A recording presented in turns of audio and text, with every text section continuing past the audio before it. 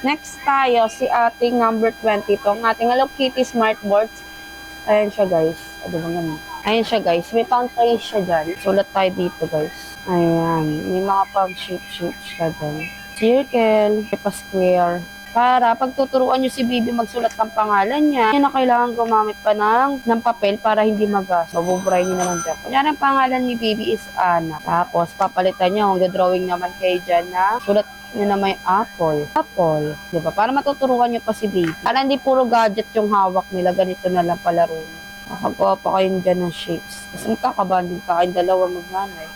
Ayan siya, si number 22 to. Isang set na to pag binili niyo mga mother.